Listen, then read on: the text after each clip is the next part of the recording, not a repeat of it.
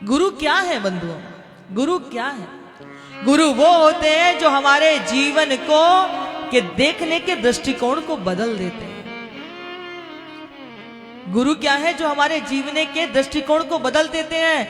खाना पीना सोना भोगना वो तो पशु भी कर रहा है, लेकिन मनुष्य अद्वितीय क्यों है? क्योंकि जिस ब्रह्म की बात, जिस भगवान की बात हम सब यहाँ बैठ के कर रहे हैं, ये ब्रह्म तभी तक है जब तक मनुष्य है। अगर मनुष्य को हटा दो तो बताओ 84 लाख योनियों में कौन है जो भगवान का नाम ले सकता है?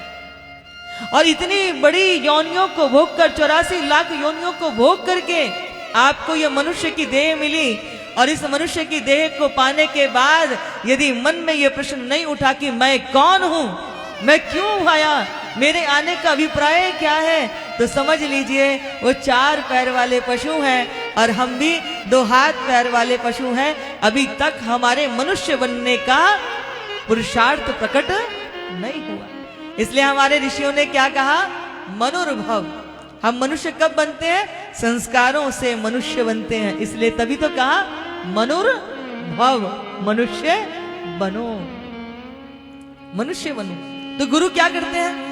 बोले गुरु जो होते हैं कांच जैसे जीवन को कंचन जैसा बना देते हैं। वो एक कुम्हार चाक पर मिट्टी चला रहा था। उसने चाक पर मिट्टी चढ़ाई और उस चाक घुमा घुमा करके वो उससे कुछ बर्तन बनाने लगा। तभी कुम्हार के मन का में कुछ विचार बदला, तो उसने क्या किया, थोड़ी सी और मिट्टी ली, चाक पर चढ़ा दी। तो मिट्टी में से आवाज आई कि पहले तू क्या बना रहा था और अब क्या बना रहा है? तो कुम्हार ने उस मिट्टी से कहा कि पहले मैं चिलम बना रहा था, पर अब मेरा विचार बदल गया, अब मैं चिलम नहीं बना रहा, अब मैं सुराही बना रहा हूं। तो मिट्टी ने उस कुम्हार से कहा कि तेरा तो एक विचार बदला, पर मेरी तो जिंदगी बदल गई। कि अगर तू मुझे चिलम बनाता तो लोग क्या करते?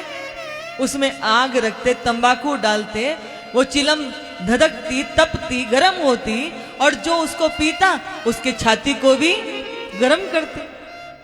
लेकिन तुमने मुझे चिलम नहीं बनाया, तुमने मुझे क्या बना दिया? सुराही बना दिया। और सुराही बताओ किस काम आती है? सुराही तो जल भरने के काम आती है। जब आप सुराही में जल भरते हो तो सुराही भी शीतल होती है, ठंडी होती है, और जो सुराही से जल पीता है उसके हृदय को भी, उसके चित्त को भी शीतलता प्रदान करती है। सतगुरु भी ऐसे ही होते हैं, जिनकी दृष्टि बन जाए तो वो हमें चिलम से सुराही बना देते हैं, हमें कांच से कंचन बना देते हैं, हमारे देखने के दृष्टिकोण को बदल देते हैं। वो सामर्थ्य किस में होती है? बोले वो सतगुरु में होती है। इसलिए एक बात हम अपने सदगुरु से सुनते हैं, बहुत बड़े पते की बात है, आपसे साझा करें तो कहते हैं कि पैरों में फटे जूते क्यों ना हो। अक्सर करके हम वस्तुओं का रोना रोते हैं ना, इसके पास इतना, उसके पास कम, इसके पास ज्यादा, उसके पास कम। लेकिन हमने अपने सदगुरुओं के चरणों में बैठ के क्या पाया है? बोले पैरों में फटे जूते क्यों ना हो, पर आपके सिर के ऊपर आपके सतगुरु का हाथ है, तो आपसे बड़ा बादशाह फिर कोई और हो नहीं सकता। वस्तुएं बादशाह नहीं बनाते, आपके भीतर का भाव आपको बादशाह बनाता है, आपके भीतर का भाव। इसलिए वो भाग्यशाली होते हैं जिनके जीवन में कौन होते हैं? सतगुरु। हम गुरु की बात नहीं कर रहे हैं, वो गूगल गुरु भी आजकल सबके हाथों में मोबाइल के साथ घूमता है। हाँ, जिसे जो भी जानना होता है सर्च करते हैं गूगल गुरु पर। कभी कभी वो गूगल गुरु जो मैप डायल करते हैं ना, वो भटका देता है। अभी कुछ दिन पहले पेपर में निकला था, एक एक्सप्रेस वे पूरा कंप्लीट नहीं था, गाड़ी दौड़ती जा रही थी, आगे जाके रास्ता पूरा वो गूगल मैप ने दौड़ा दिया, गाड़ी ऊपर से नीचे आई, पूरा परिवार गया। कभी कभी वो गूगल गुरु व्यक्ति को भटका करके जाने कहां कहां, जंगल जंगल से निकाल देता है। आधुनिक गुरु हमको भटका सकते हैं, लेकिन जो सतगुरु होते हैं ना, जिनके हम चरण पकड़ लेते हैं, वो हमको वहां पहुंचा देते हैं जहां से इस संसार में पाना कुछ भी जो है असंभव नहीं है।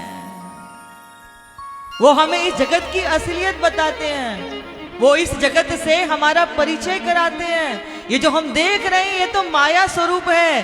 वो हमें उस सत्य का दर्शन कराते हैं जिसके बाद कुछ भी पाना शेष नहीं रह जाता।